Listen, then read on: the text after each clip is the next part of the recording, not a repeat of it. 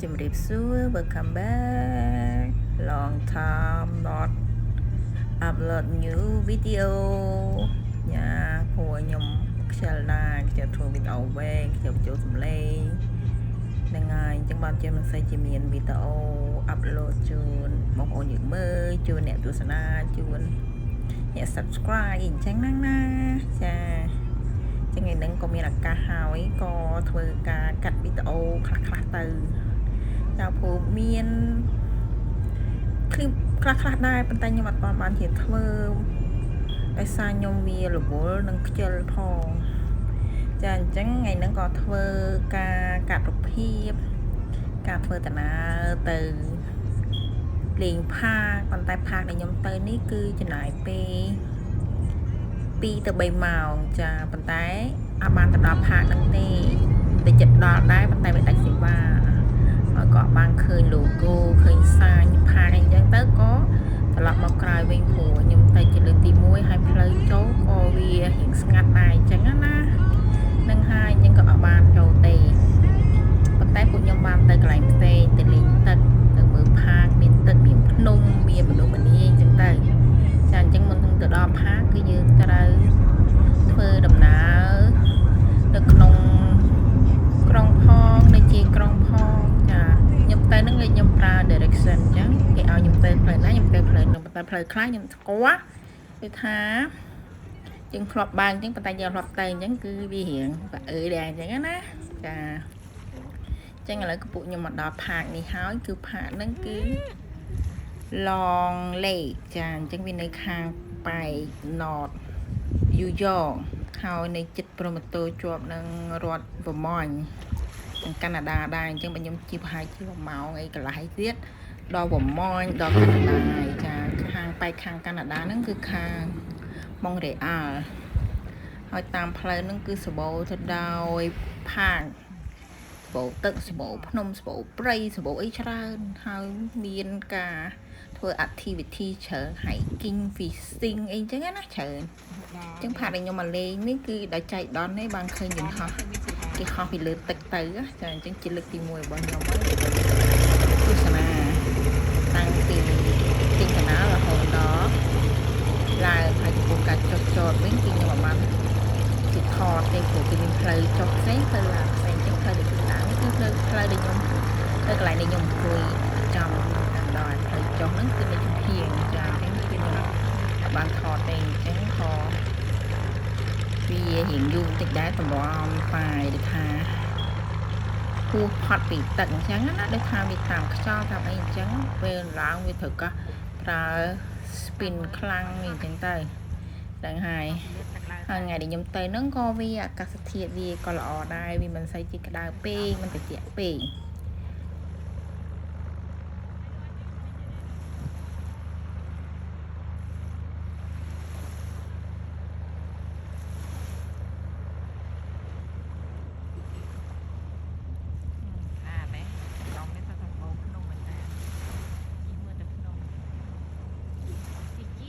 ដល់បំមាញ់គាត់ឡើងវិញគាត់ឡើងវិញ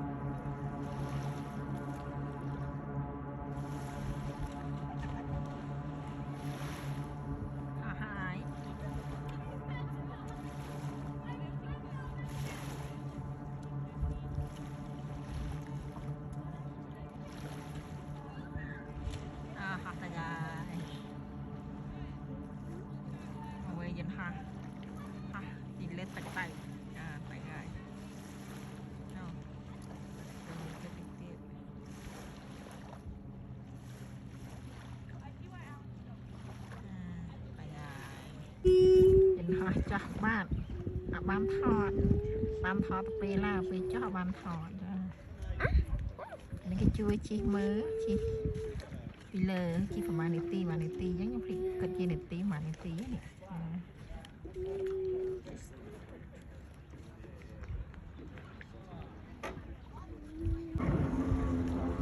អង្គុយមើលទឹក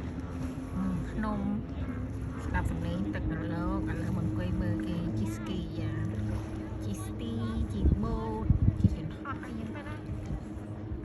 យូរយើងមកកន្លែងនេះម្ដងមកអង្គុយយូរតិចទៅ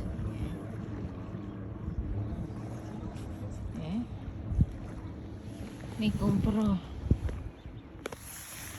បាទនេះខ្ញុំមេឃក្តៅល្មមមិនស្អីជាក្តៅពេកទេអូ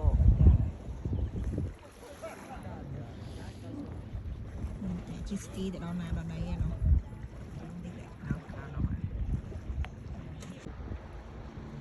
ដើរឆ្លងផ្លូវ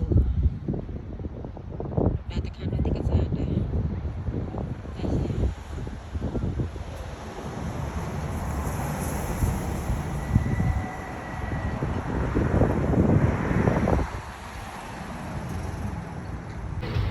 ឆោខាងនេះក្តៅជាខាងនោះព្រោះមិញគឺក្រុមដើមឈើយកមកដុំហ្នឹងសបោផាជីមកតាមផ្លូវផាច្រើនតែអញ្ចឹងទៅឆាប់ទៅវិញទៅចូលផាកមួយទៀត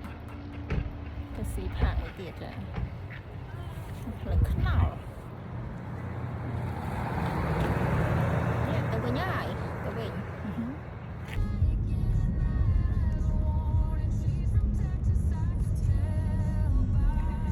ចាអញ្ចឹងក្រោយពីទស្សនាអង្គុយលេងស្ដាប់ខ្យល់ស្ដាប់សំឡេងរលកមើលគេជិះយន្តហោះមើលគេជិះទូកជិះបើកហើយលេងទឹកអីអញ្ចឹងណាអញ្ចឹងក៏ខ្ញុំទៅកន្លែងទៅវិញអញ្ចឹងផ្លូវទៅមកហ្នឹងគឺវាមិនធំទេម្លាញទេដែលថាយើងចង់ជែងចង់អីហ្នឹងក៏យើងត្រូវមើលដែរចាហើយផ្លូវហ្នឹងគឺសងខាងព្រៃភ្នំទឹកចាអញ្ចឹងរដូវខែ summer គឺទិដ្ឋភាពគឺស្អាតតែបើថ្ងៃណាចាំភ្លៀងវិញចាប់តែម្ដងគឺភ្លៀងមើលផ្លូវមិនចង់ឃើញហ្នឹងហើយខ្ញុំធ្លាប់ជួបហើយចាអញ្ចឹងគឺខ្ញុំចេញពីផាកហ្នឹងទៅក៏ខ្ញុំចូលទៅផាកផ្សេងដែរប៉ុន្តែគ្រាន់ថាมันបានជាអង្គុយលេងឲ្យយូរទេគ្រាន់តែថាថតទេសភាពស្អាតហ្នឹងទៅហើយផាកណាដែលវារៀងនៅចិត្តដែរអញ្ចឹងទៅយើងក៏ចូលអង្គុយលេងអញ្ចឹងទៅអញ្ចឹងបើគិតទៅខ្ញុំមួយថ្ងៃហ្នឹងខ្ញុំមកដល់ផ្ទះវិញម៉ោងជា7ចាព្រោះនៅរដូវ summer អញ្ចឹងគឺព្រះអាទិត្យវាក្រលិចចាម៉ោង8កន្លះដូចជាណា8កន្លះអីហ្នឹង8ហ្នឹងគឺព្រះអាទិត្យលិចហើយ sun go down around 8 or 9ចា someday ចាអញ្ចឹងសម្រាប់ខ្ញុំគឺខ្ញុំមកផ្លូវនឹងជាលើកទី1ហើយក៏មកផាកនឹងជាលើកទី1ដែរ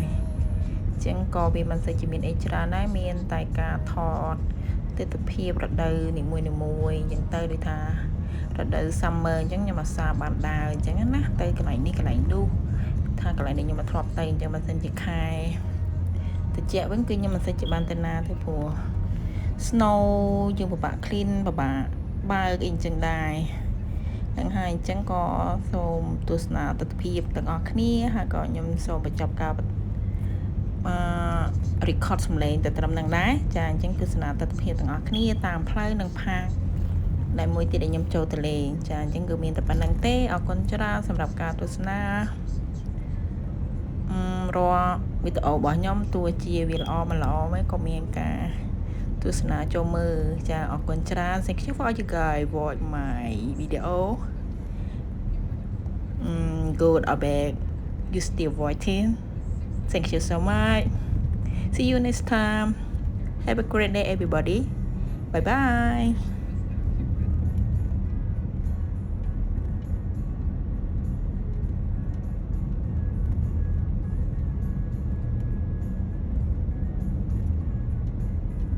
dân hoa gần là dân hoa đi dân khơi nhỉ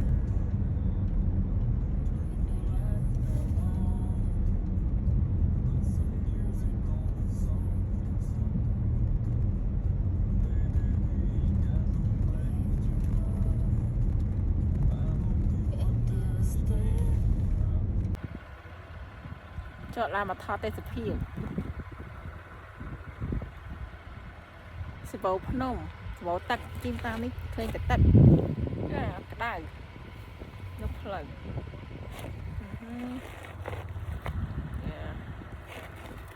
chùm ta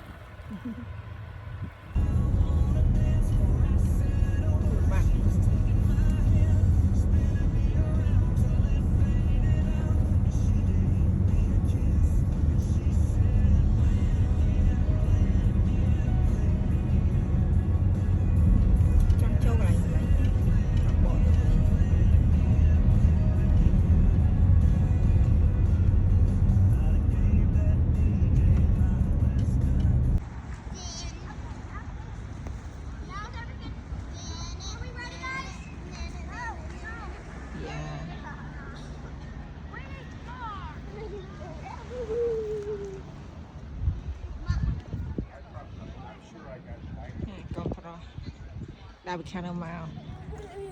bữa đó nó mới lăn xả